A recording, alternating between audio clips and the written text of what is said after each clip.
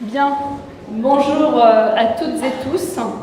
Avant de commencer cette université d'automne, j'aimerais vous présenter mes camarades à la tribune, les deux autres co-secrétaires généraux, Nicolas Wallet et Blandine Turki, et bien évidemment Jacques Bernardin qui fera la conférence d'ouverture tout à l'heure. Bienvenue à notre 21e université d'automne à Port-le-Cat. Alors tout d'abord, je tiens à remercier toute l'équipe d'organisation pour ce grand moment. Pour qu'elle puisse exister, il faut des militantes et des militants sur place, ou pas très loin. Alors les militants qui sont pas très loin ou sur place, vous les croiserez au bar. Et oui, parce que c'est eux qui tiennent le bar, facilement, parce qu'ils sont habillés avec une tenue avec le beau logo du SNUIPP FSU 166. Voilà, ils sont, voilà, vous les voyez, ils sont là.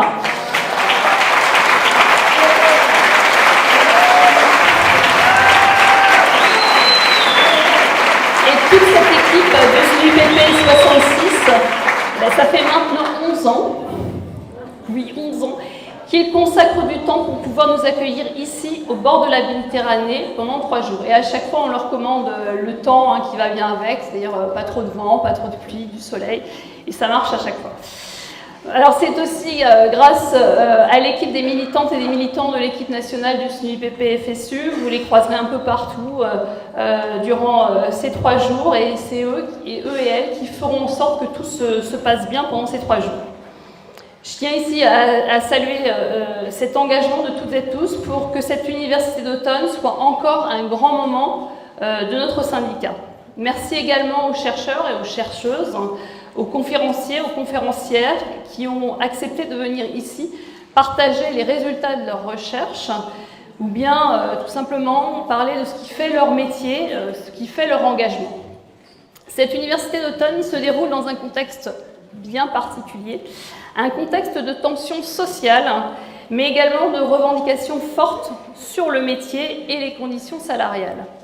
Après un quinquennat où une revalorisation historique avait été annoncée par un précédent ministre, mais revalorisation historique qui n'est jamais venue, les premières réunions avec le ministre Pape Ndiaye montrent pour le moment un certain flou sur ce qui pourrait se produire dans les prochains mois.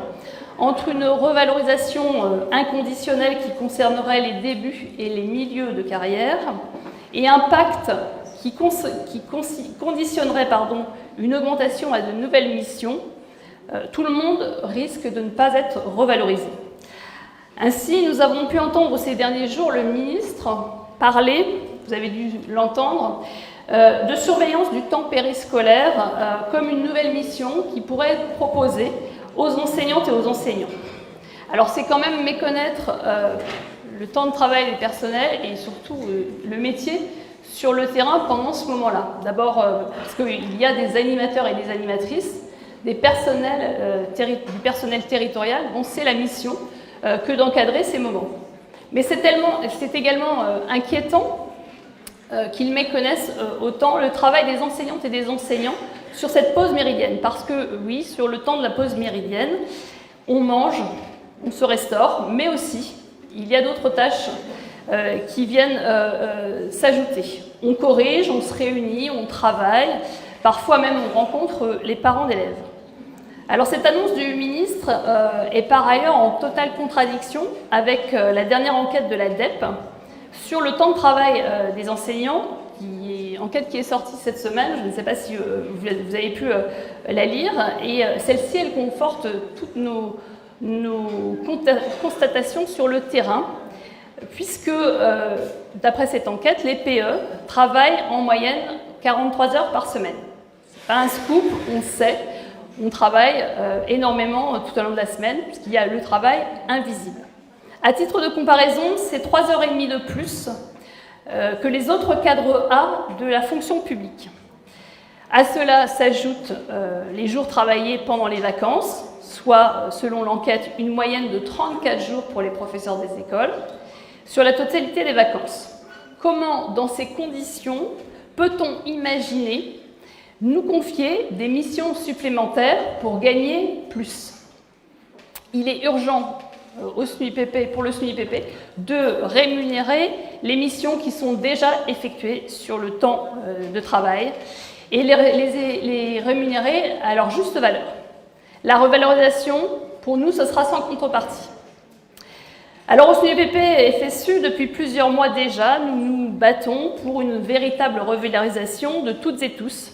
Nous l'avons fait ces derniers temps en défilant dans la rue, en faisant grève, et depuis quelques jours, nous avons initié une pétition pour réclamer 300 € net par mois pour toutes et tous, comme une entrée en discussion des négociations. Cette pétition a recueilli en quelques jours plus de 32 000 signatures. 32 000 signatures sur une pétition en quelques jours comme ça, c'est assez inédit et ça montre que les personnels sont engagés dans cette nécessaire revalorisation. Alors je vous engage, si vous ne l'avez pas encore vu, et si vous n'avez pas encore signé, je vous engage à signer cette pétition parce que pour nous c'est aussi un moyen d'entrer en négociation et de montrer que les personnels ont besoin d'être valorisés et ils souhaitent être valorisés. C'est le moyen aussi pour peser dans les négociations, au même titre que beaucoup d'autres mobilisations qui ont eu lieu ou qui auront encore lieu. Le baromètre du bien-être au travail des personnels, qui est également sorti et qui a été présenté par la DEP cette année, montre que 55% des personnels attribuent la note de 3,4 sur 10 au taux de satisfaction du niveau de rémunération. C'est dire s'ils pensent qu'ils sont mal rémunérés, et ils ont bien évidemment raison de le penser. Pour 57% d'entre eux, le pouvoir d'achat est l'un des domaines à améliorer prioritairement dans l'exercice du métier. Cette enquête montre également un niveau d'épuisement sans précédent des PE, puisque seulement 6 PE sur 10 sont satisfaits de leurs conditions de vie au travail. C'est inférieur à la moyenne des Français.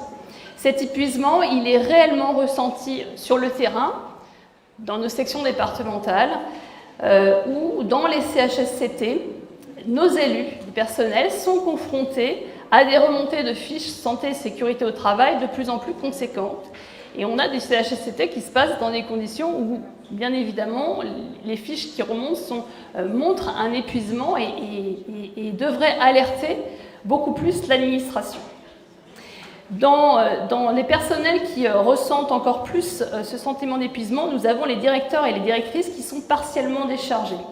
Ils ont un fort sentiment d'épuisement au travail et qui est conséquent à l'accumulation entre la décharge de direction qui n'est pas suffisante et puis, bien évidemment, le temps de classe.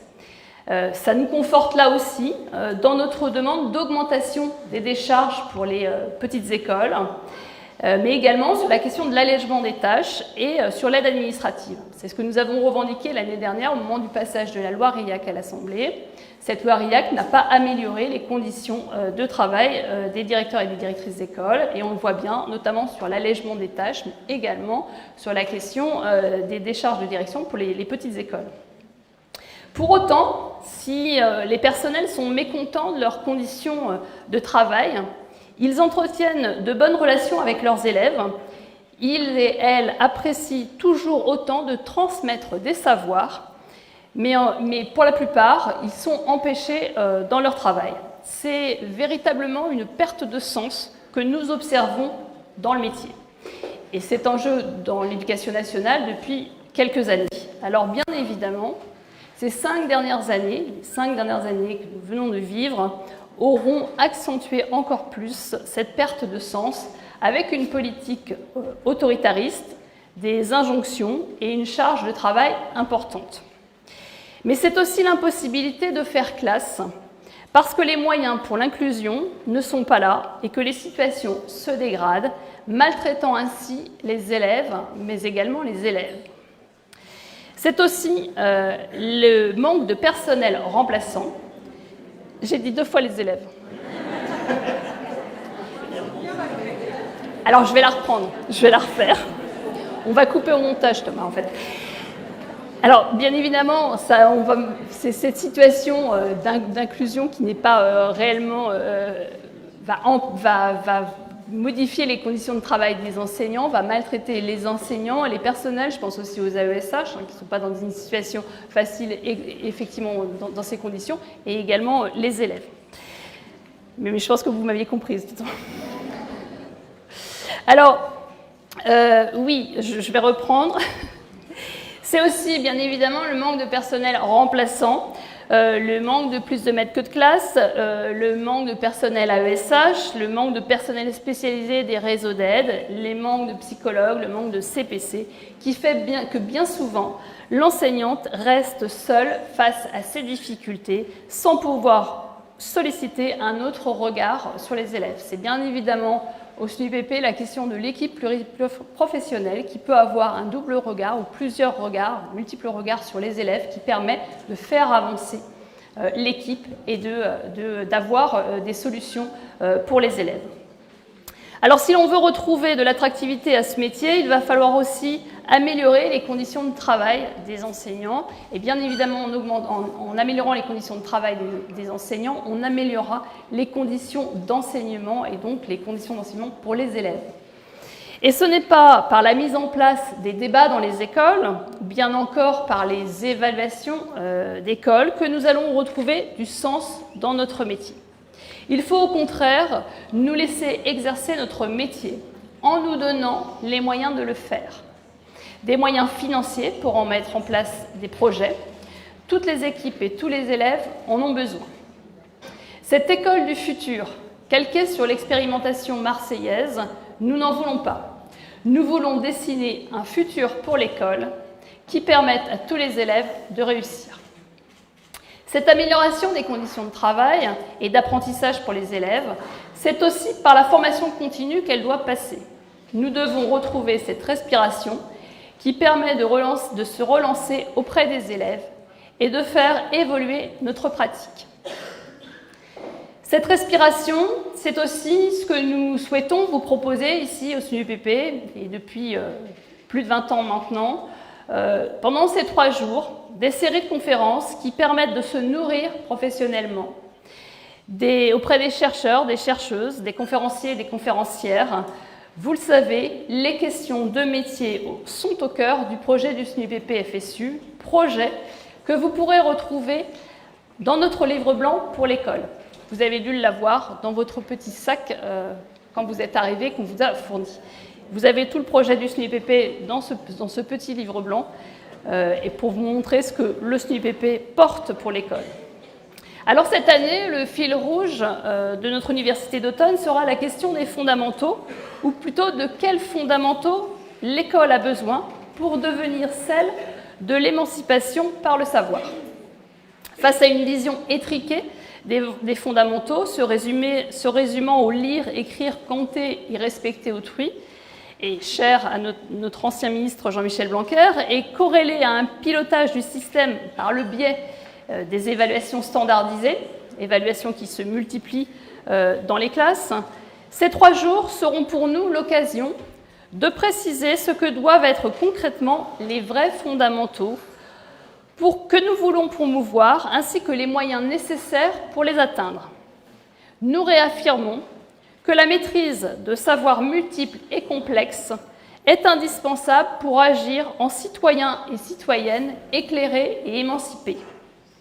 Au SNUIPP FSU, nous continuons de militer pour des enseignantes et des enseignants détentrices et détenteurs d'une véritable liberté pédagogique et pour un investissement massif de notre société en faveur de l'égalité du droit d'accès de toutes et tous à une éducation de qualité. Questionner le métier pour faire évoluer l'école, c'est bien ça l'objectif de ces 3 jours que nous allons passer ensemble. Parce qu'il est urgent de reprendre la main sur notre métier et de réaffirmer notre professionnalité. Nous espérons que vous profiterez pleinement de ce grand moment d'échange et de partage de l'Université d'automne. Je déclare donc ouverte la 21e Université d'automne du SNUIPP FSU et vous souhaite de passer un excellent moment.